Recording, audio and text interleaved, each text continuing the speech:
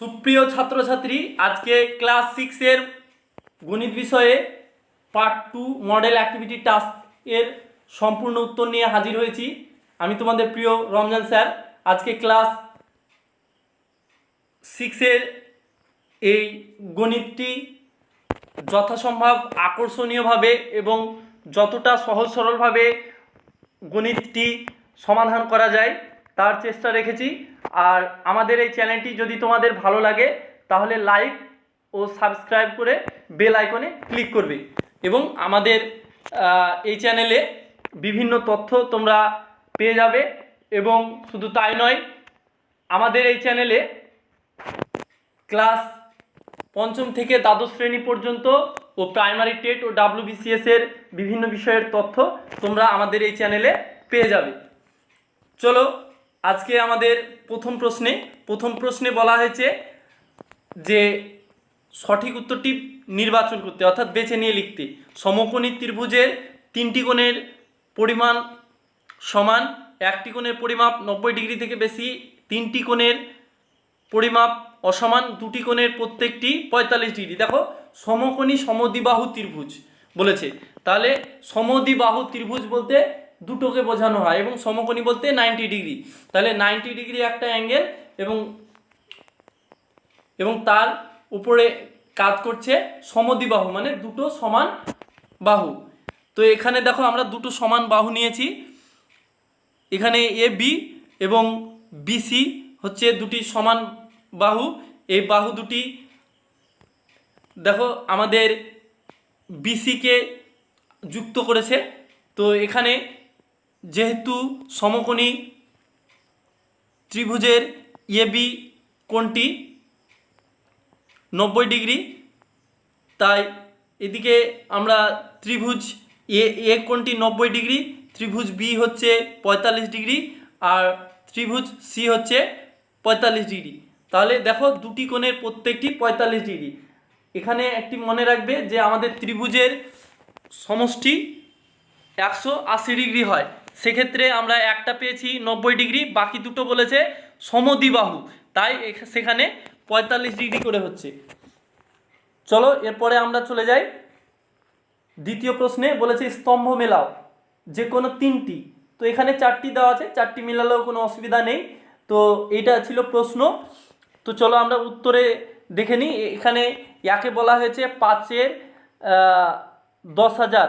তাহলে এখানে 5-এর 10,000-এ আমরা যদি দেখি তাহলে আমরা এখানে দেখতে পাচ্ছি একের উত্তরগুলো হচ্ছে, একেরটা হচ্ছে বি এর উত্তর, 2-এরটা হচ্ছে সি এর উত্তর, 3-এরটা হচ্ছে ডি এর উত্তর এবং 4-এরটা হচ্ছে এ এর উত্তর। এখানে সবগুলোই খুব সহজ। 4-এরটা দেখো 7,000 বলা হয়েছে। আমাদের এখানে মিলিয়ে দেখবে, এখানে খুব সহজ করে দেওয়া আছে। আগেরবার আবারও প্রশ্ন দিয়ে বুঝিয়ে দিই।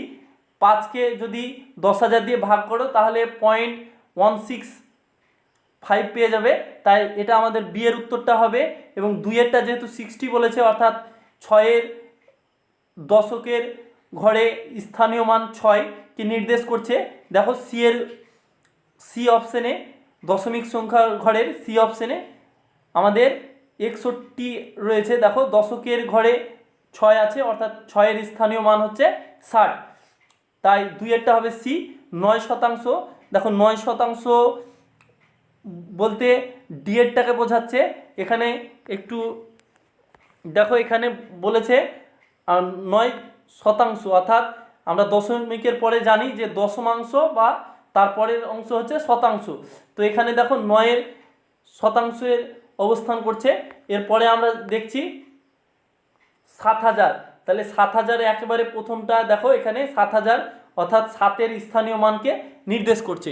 এই ছিল আজকের দ্বিতীয় প্রশ্নের উত্তর। এরপরে আমরা চলে যাব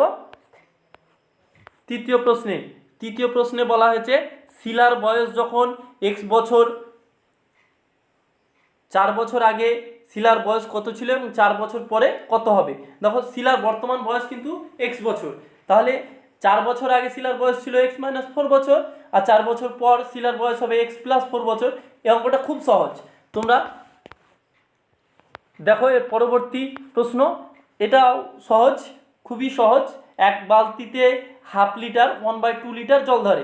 এরকম 7টি বালতিতে কত লিটার জল ধরবে? দেখো একটি বালতিতে জল ধরে 1/2 লিটার অর্থাৎ হাফ লিটার, এবং 7টি বালতিতে জল ধরবে স্বাভাবিকভাবেই হাফ ইন্টু 7 লিটার।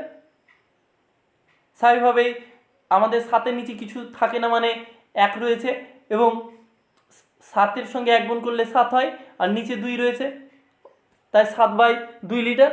এবার আমরা এটাকে দেখতে পাচ্ছি যে 3.5 লিটার হচ্ছে। এই ছিল আজকে আমাদের ক্লাস 6-এর মডেল অ্যাক্টিভিটি টাস্কের সম্পূর্ণ উত্তর।